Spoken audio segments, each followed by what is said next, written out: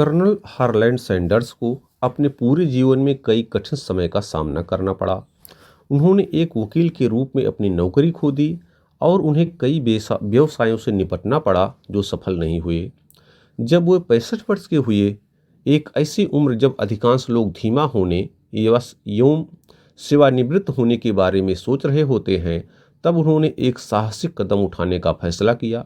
उन्हें अपनी तली हुई चिकन रेसिपी पर इतना विश्वास था कि वह सड़क पर उतरे और एक शहर से दूसरे शहर, रेस्तरां से रेस्तरां तक यात्रा की और मालिकों को अपनी रेसिपी का उपयोग करने के लिए मनाने की कोशिश की। उनकी यह यात्रा आसान नहीं थी। वास्तव में यह अविश्वसनीय रूप से चुनौतीपूर्ण था। कर्नल सैंडर्स को केवल कुछ ही बार नहीं, बल्कि आश्चर्यजनक रूप से 1009 बार अस्वीकार किया गया। हालांकि उन्होंने इन अस्वीकृतियों को अपने ऊपर हावी होने नहीं दिया। वह अपने नुस्खे में विश्वास और सफल होने के दृढ़ संकल्प से प्रेरित होकर आगे बढ़ते रहे। आखिरकार उन्हें एक रेस्तरां मालिक मिला जो उनकी चिकन रेसिपी को एक मौका देने के लिए सहमत हो गया। इस क्षण ने उस चीज की शुरुआत को चिन्हित किया जो अंततः केंटुकी फ्राइड चिकन KFC बन गई, जो दुनिया की सबसे सफल फास्ट फूड श्रृंखलाओं में से एक थी। कर्नल सैंडर्स की सफलता रातों रात नहीं मिली।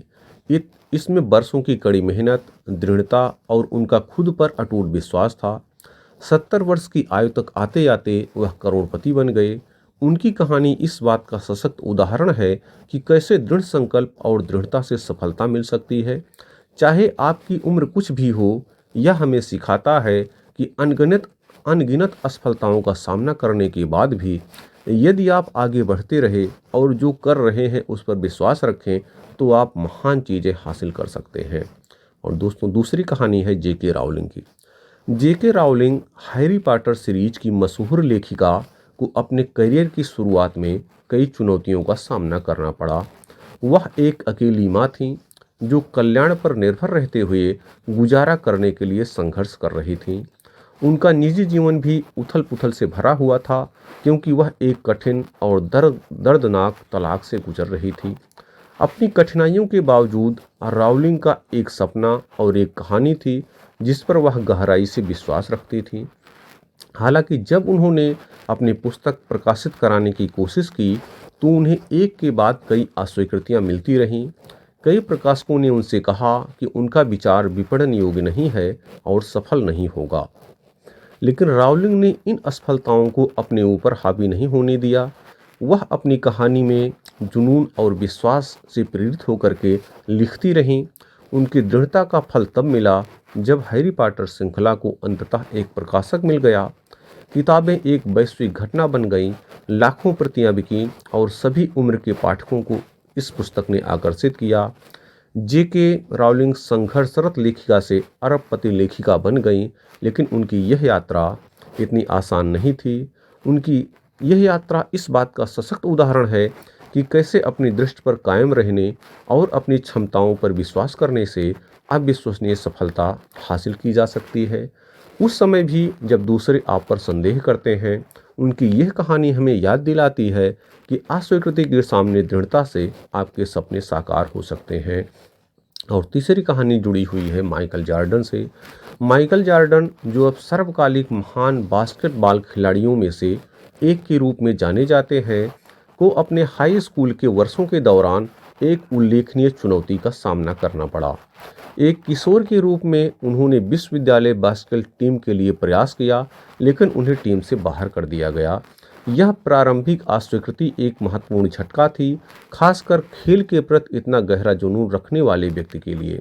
जॉर्डन ने इस झटके को हार के रूप में स्वीकार करने के बजाय इसे एक चुनौती के रूप में देखना शुरू किया। उन्होंने दृढ़ संकल्प किया कि इस प्रारंभिक विफलता को अपने भविष्य को वे परिभाषित नहीं करने देंगे।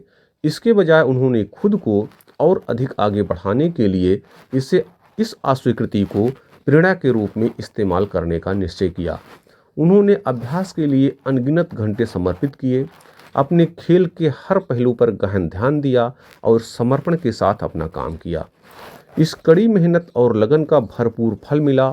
जॉर्डन NBA पर हावी हो गए, नेशनल बास्केटबॉल एकेडमी, अपनी टीम को 6 चैंपियनशिप तक पहुंचाए और खेल के सबसे प्रभावशाली खिलाड़ियों में से एक के रूप में ख्याति अर्जित की और उनकी संपत्ति भी करोड़ों नहीं अरबों में पहुंच गई। उनकी यह कहानी दिखाती है कि जो चीज़ असफलता जैसी लग सकती है वह सही दृष्टिकोण और दृढ़ संकल्प के साथ असाधारण सफलता हासिल करने की सीढ़ी बन सकती है। जॉर्डन की यह यात्रा दर्शाती है कि लचीलेपन और कड़ी मेहनत के माध्यम से असफलताओं को महानता के अवसर में बदला जा सकता है। और चौथा प्रसंग है जापान का। जापान में लोगों को ताज़ी मछलियाँ पसंद हैं, लेकिन कई वर्षों से जापान के पास के पानी में मछलियाँ कम हो गई हैं। मछुआरों को पर्याप्त मछलियाँ पकड़ने के लिए समुद्र से दूर जाना पड़ता था और जैसे जैसे उनकी यात्राएं लंबी होती जाती थी, उनके लौटने तक मछलियाँ अपनी ताजगी खो देती थीं। इसे हल करने के लिए मछली पकड़ने वाली कंपनियां अपने नावों पर फ्रीजर लगवाने लगीं। वे समुद्र में रहते हुए भी मछलियों को ताज़ा रख सकते थे, जिससे वे अधिक समय तक बाहर रह सकें। हालांकि जापानियों को फ्रीजर में जमी हुई मछलियां उतनी ताज़ी नहीं लगीं और उनकी कीमत भी कम होने लगी। इसके बाद वे इसे हल करने के लिए कंपनियों ने अपनी नावों में फ्रिज के स्थान पे टैंक को रखने का प्रयास किया। अब टैंक में मछलियों को भर भर लाने की कोशिश की गई, लेकिन भरे हुए टैंक में मछलियां ज़्यादा हिल डुल नहीं पाती थीं, जिससे वे जीवित तो रहती थीं, लेकिन उनके अंदर वह ताजगी नहीं रह जाती थी, क्योंकि उन्हें पर्याप्त घूमने का उचित अवसर नहीं मिलता था। इसके बाद इसे हल करने के लिए कंपनियों ने अंततः टैंकों में एक छोटी शार्क मछली को छोड़ने का निर्णय लिया। शार्क मछलियों को खाने के लिए उनका पीछा करती थी, जिससे वे मछलियां सक्रिय और सतर्क रहती थी। हालांकि शार्क कुछ मछलियां खा भी लेती थी, लेकिन इस प्रक्रिया में अधिकांश मछलियां ताज़ी और ऊर्जावान अवस्था में जापान पहुंचती थी, जो लोगों को बहुत पसंद आती थीं। इस कहानी का सार यह है कि चुनौतियां हमें व्यस्त और प्रेरित रखने में महत्वपूर्ण भूमिका निभा सकती हैं। जिस तरह शार्क ने चुनौती देकर मछली को तरोताज़ा रखा, उसी तरह नई समस्याओं और बाधाओं का सामना करने से हम उत्साहित हो सकते हैं और आत्मसंतुष्टि से बच सकते हैं। चुनौतियों को स्वीकार करने से हमें सक्रिय, प्रेरित रहने में मदद मिलती है और जीवन को निराश और बेकार होने से बचाया जा सकता है। और दोस्तों, तीसरा प्रसंग है कुछ दोस्तों का। एक दिन दोस्तों का समूह अपने पुराने विश्वविद्यालय के प्रोफेसर से मिलने गया। प्रोफेसर के साथ आलोचना करते करते उनकी बातचीत जल्द ही अपनी बुरी स्थितियों के बारे में शिकायतों में बदल गई और हर कोई जीवन में तनाव और असफलता के बारे में बात करने लगा। यह सुनकर प्रोफेसर ने उनसे कहा कि वह कॉफ़ी पेश करेंगे और वे रसोई के अंदर चले गए। वह तरह तरह के कपों में कॉफ़ी लेकर रसोई से बाहर आए। कांच के कप, क्रिस्टल के कप, चमकते हुए कप, कुछ सादे दिखने वाले और कुछ साधारण और कुछ बहुत ही महंगे। जब उन सबके हाथ में प्याला था, तब प्रोफेसर ने कहा, आप लोग ध्यान दें, आप लोग सामान्य कपों को पीछे छोड़कर सभी अच्छे दिखने वाले और महंगे कप को पहले ले लिए। आप में से हर कोई सर्वश्रेष्ठ कप चाहता था और यही तनाव और असफलता का स्रोत है।